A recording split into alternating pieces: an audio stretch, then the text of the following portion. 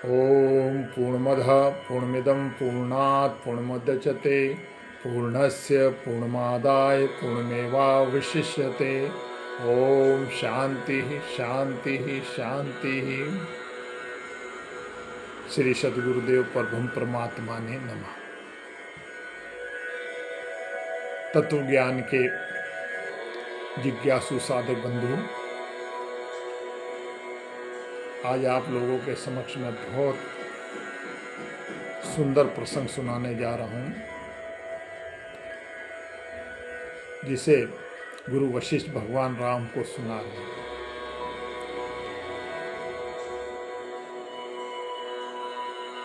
गुरु वशिष्ठ जी ने कहा कि हे राम, अब मैं तुम्हें एक पुरातन इतिहास का प्रसंग सुनाता हूं, सो ध्यान लगाकर तुम श्रवण करो। और वो जो प्रसंग है वह मेरा और कागभूषुंडी का संवाद है। उससे मैंने प्रश्न किया था कि हे अंग, आपने कोई ऐसा पुरुष भी देखा है जिसकी आयु खूब लंबी हो, बड़ी हो और ज्ञान से शून्य रहा हो? अगर ऐसा पुरुष आपने देखा है तो मुझे बताओ, मुझे कहो। भूषुंडी जी ने कहा कि हे भगवान, एक बार विद्याधर, विद्या में निपुण जो होता है ना, ज्ञान में निपुण, विद्वता में, उसको विद्याधर कहते हैं। एक विद्याधर था जिसकी बड़ी आयु थी और जिसने बहुत विद्याध्ययन किया। वह सत्कर्मों को बहुत करता था, उसने बहुत भोग भी भोगे थे और 4 युग पर्यंत जप तप नियम आदि सकाम कर्म भी किए थे। जब चतुर्थ युग का अंत हुआ तब उसने विचार किया और जितने भोग सुख रूप जानकर भोगता था उनमें उसको वैराग्य हो गया। ध्यान लगाना है। तब उनको त्याग कर लोकालोक पर्वत पर चला गया और विचारा कि ये संसार असार रूप है, किसी प्रकार इससे मैं छूट जाऊं, किसी भी प्रकार ये संसार मुझसे छूट जाए। इसमें बारंबार जन्म और मरण होता रहता है, तो ये जन्म मरण जो होता है वो बंधन के कारण होता है। जो बंधन में बंधा हुआ होता है उनका ही जन्म मरण होता है।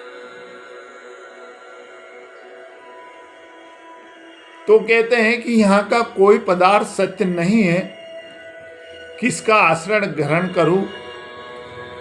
और विचार करके वह विकृत आत्मा वाला पुरुष सुमेरु पर्वत पर मेरे पास आया और सिर झुकाकर मुझे दंडवत की। मैंने भी उसका बहुत आदर किया। तब हाथ जोड़कर उसने कहा कि हे भगवान, इतने काल तक मैं विषयों को भोगता रहा परंतु मुझे शांति नहीं मिली, इससे मैं दुखी हो गया हूं। अब आप कृपा करके शांति का उपाय कहिए। हे भगवान, चित्ररथ के बाग में जिसमें सदा शिवजी रहते हैं और जहां बहुत कल्प वृक्ष है, मैं चिरकाल वहां रहा, फिर विद्याधरों के स्वर्ग में रहा, फिर इंद्र के नंदन वन और स्वर्ण की कंदरा में रहकर सुंदर अप्सराओं के साथ विहार किया और विमान पर बहुत घूमा।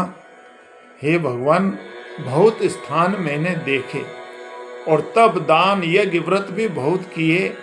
सहस्त्र वर्ष तक ऐसे सुंदर रूप देखता रहा हूं जिनकी सुंदरता नहीं कही जा सकती, तो भी नेत्रों को तृप्ति नहीं हुई। बहुत सुगंध सूंघ ली पर नासिका को तृप्ति नहीं हुई। बहुत सुगंध सूंघी, नासिका को तृप्ति नहीं हुई रसना से बहुत भोजन स्वादिष्ट किया, पर शांति नहीं मिली, बल्कि और तृष्णा बढ़ती गई। कानों से बहुत प्रकार के शब्द और राग सुने, फिर भी शांति नहीं मिली। और त्वचा से बहुत स्पर्श किए तो भी शांति नहीं मिली, और अशांति ही अशांति बढ़ती चली। और हे भगवान, मैं जिस और सुख जानकर जाता हूं, उसी और दुख प्राप्त होते हैं। जैसे मृग क्षुधा निवारने के लिए घास खाने जाता है और राग सुनकर मूर्छित हो जाता है, तब उसको बधिक पकड़ लेता है तो मृग दुख पाता है, वैसे ही मैं सुख जानकर विषयों को ग्रहण करता था और बड़े दुखों को प्राप्त होता था। हे भगवान, मैंने चिरकाल तक पांचों इंद्रियों और ये छठा मन है, इसके साथ कई दिव्य भोग भोगे हैं जो मैं कह नहीं सकता, कहे नहीं जा सकते, परंतु मुझे शांति न हुई और न इंद्रियों की तृप्ति हुई। जैसे घृत से अग्नि तृप्त नहीं होती, यानी घी से, वैसे ही दिन दिन तृष्णा बढ़ती जाती है और हृदय को जलाती है। तो जो पुरुष इन भोगों के निमित्त यत्न करता है कि मैं इनसे सुखी होऊंगा, वो तो मेरी दृष्टि में महामूर्ख है, और उसको धिक्कार भी है। वह समुद्र में तरंग को पकड़ना चाहता है, समुद्र में तरंग को पकड़ता है। ये तब तक सुख रूप लगते हैं जब तक इंद्रियों और विषयों का संयोग है। जब इंद्रियों से विषयों का वियोग होता है तब महादुख होता है, क्योंकि तृष्णा हृदय में रहती है और भोग जाते रहते हैं। तब जो जो विषय भोग होते हैं वे दुखदायक होते हैं। हे भगवान, मैंने इसी से बहुत दुख पाया है। यद्यपि ये हमारी इंद्रियां बिल्कुल कोमल है, तो भी सुमेरु की तरह कठिन भी है। कोमल लगती है, दिखने में लगती है, परंतु ऐसी है जैसे सर्पणी और खड़ग की धार कोमल होती है, पर स्पर्श करने से मनुष्य को मार डालती है, मनुष्य मर जाता है। जैसे जैसे जल में नाव पवन से घूमती है, वैसे अज्ञान रूपी नदी में पवन रूपी इंद्रियों ने मुझे दुख दिया है। हे भगवान, ऐसे पुरुष भी मैंने देखे हैं जो सारे दिन मांगते रहे और भोजन के निमित्त अन्न प्राप्त नहीं हुआ। दिन भर मांगने के उपरांत भी भोजन के निमित्त अन्न प्राप्त नहीं हुआ। और ऐसे भी देखे हैं कि उन्होंने ब्रह्मा से काष्ठ पर्यंत तक सब भोग भोगे हैं, पर जिसको दिन में भोजन मात्र भी प्राप्त नहीं होता और जो सब इंद्रियों के इष्ट रूप भोगों को भोगता है, उन दोनों को भस्म होते देखा है। भस्म दोनों की तुल्य होती है। विशेषता कुछ नहीं है। इंद्रियों के बंधन में बारंबार जन्मते मरते अज्ञानी पुरुष शांति को नहीं पाते। और जो तुम कहो कि तू तो सुखी दिख पड़ता है, तुझे क्या दुख है, तो हे भगवान, वह दुख देखने में नहीं आता, परंतु मेरा हृदय जलता रहता है। हे भगवान, ब्रह्मा के लोक में मैंने बड़े सुख देखे हैं, परंतु वहां भी मैं दुखी रहा हूं, क्योंकि क्षय और अतिशय वहां भी रहता है। इससे वहां के निवासी भी जलते रहते हैं। इंद्रियों का शस्त्र से भी कठिन घाव होता है। ये जो संसार है, ये जो संसार का नाना प्रकार की विषमता दिख पड़ती है और उनमें सर्वदा राग द्वेष रहता है। इससे मैं बहुत जलता रहा हूं। अब तो आप मुझे वही उपाय कहिए जिससे मैं शांति को प्राप्त हो जाऊं। वो कौन सुख है जिससे फिर दुखी न हो, जिसका कदापि नाश न हो और जो आदि अंत से रहित हो, चाहे उसके पाने में कष्ट हो तो भी मैं यत्न करूंगा कि वह किसी भी प्रकार से मुझे प्राप्त हो। हे मुनीश्वर, इंद्रियों ने मुझे बड़ा कष्ट दिया है, बहुत ठगा है। ये इंद्रियां गुण रूपी वृक्ष के लिए अग्नि है, शुभ गुणों को जलाती है। ये विचार धैर्य संतोष शांति आदि गुण रूपी वृक्ष का नाश करने वाली है। हे भगवान, इन्होंने मुझे बहुत दुख दिया है, बहुत दुख दिया है। जैसे मृग का बच्चा सिंह के सामने पड़े तो वह उसका मर्दन कर जाता है, और वैसे इंद्रियों ने मुझे मार डाला है। हे भगवान, जिस पुरुष ने इंद्रियों को वश में किया है उसका पूजन सब देवता करते हैं और उसके दर्शन की इच्छा भी रखते हैं, और जिसने मन को नहीं वश किया उसको दीन जानते हैं।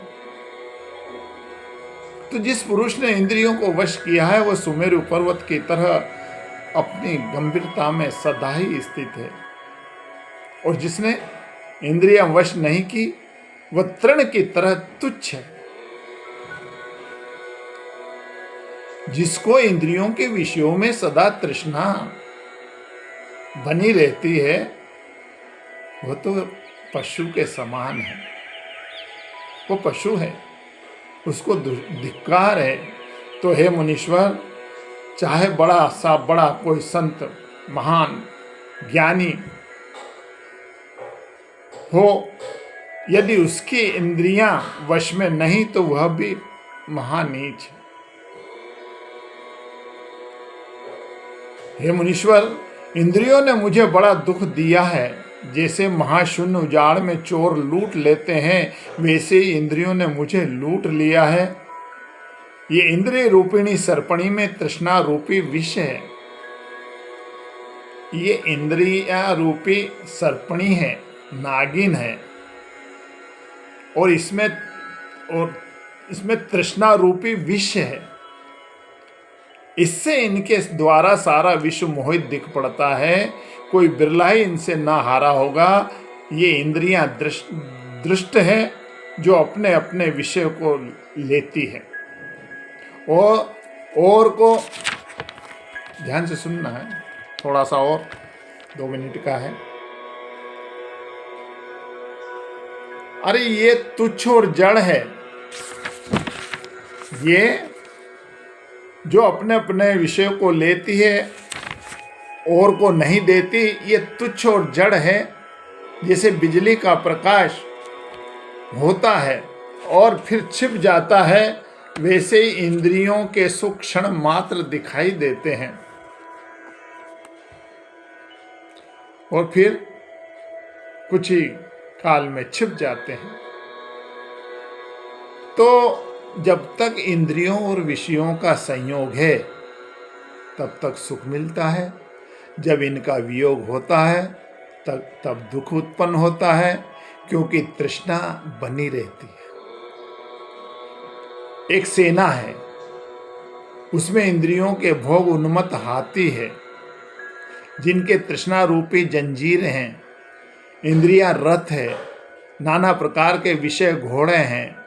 इस पर संकल्प विकल्प रूपी खड़गों को धारण किए अहंकार उस पर सवार है। ये जो काम अहंकार के साथ होते हैं वे ही शस्त्रों के समूह है। हे मुनीश्वर, जिस पुरुष ने इस सेना को नहीं जीता वह मोह रूपी अंधे कुएं में गिरकर कष्ट पाता है, और जिसने जीत लिया है वह परम सुख को प्राप्त होता है। तो हे मुनीश्वर, ये इंद्रियां भोग की इच्छा रूपी खाई में अहंकार रूपी राजा को डाल देती है।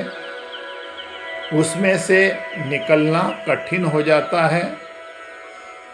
तो जिस पुरुष ने इनको जीता है उसकी त्रिलोकी में जय होती है, और जिसने नहीं जीता वह महादीनता को प्राप्त होता है और जन्म जन्मांतर पाता रहता है, यानी जन्म मरण के चक्कर में पड़ा रहता है। तो इन इंद्रियों में रजोगुण और तमोगुण रहता है।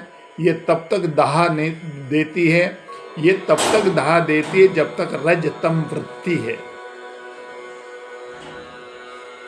रजोगुण और तमोगुणी जब तक वृत्ति है तब तक मनुष्य जन्म मरण के चक्कर में बंधा ही रहता है, क्योंकि वृत्ति इस प्रकार से उठती है, विषयों की ओर उठती है। तो जब तक रजतम वृत्ति है, रजोगुण और तमोगुण रहता है। यह भी मन की वृत्ति है। जब इनका अभाव हो जाता है तब शांति प्राप्त होती है। यह खोज करके देखा है कि इंद्रियां तप, यज्ञ, व्रत, तीर्थ और किसी औषधि से वश नहीं होती, और न इनके वश करने का कोई उपाय है, केवल संतों के संग। ध्यान से सुनना, केवल संतों के संग से जब वासना को छोड़ दें तब ये वश होती है। संतों का संग भी किया और वासना नहीं छूटी तो भी। तो संतों का संग से, निरंतर संतों के सत्संग में बैठने उठने से ये इंद्रियां वश हो सकती है, अन्यथा नहीं। तो इससे मैं तुम्हारी शरण में हूं, कृपा करके मुझे आपदा के समुद्र से निकालो, क्योंकि मैं उसमें डूब रहा हूं। मैं इस संसार समुद्र में दीन हूं, आप पार करो। तुम्हारी महिमा मैंने संतों से भी सुनी है। तो हे भगवान, जो कोई सब आयु पर्यंत विषयों के दिव भोग भोगता रहे और इनसे शांति चाहे तो न प्राप्त होगी। बड़े सुख और दुख दोनों समान हैं। आकाशचारी सिद्ध भी इंद्रियों को वश नहीं कर सकते, इससे दीन और दुखी रहते हैं। तो कोई वीरवान पुरुष चाहे फूल की तरह महामत हाथी के दांत को चूर्ण कर सकता हो, परंतु उसके लिए भी इंद्रियों को अंतर्मुख करना महाकठिन है। हे मुनीश्वर, इतने काल तक मैं महाअध्यात्म तम से दुखी रहा हूँ। तुम कृपा करके अब मुझे उबारो, कृपा करके मुझे उबारो, कृपा करके मुझे उबारो। मैं आपकी शरण में हूँ। बोलिए सच्चिदानंद भगवान की जय।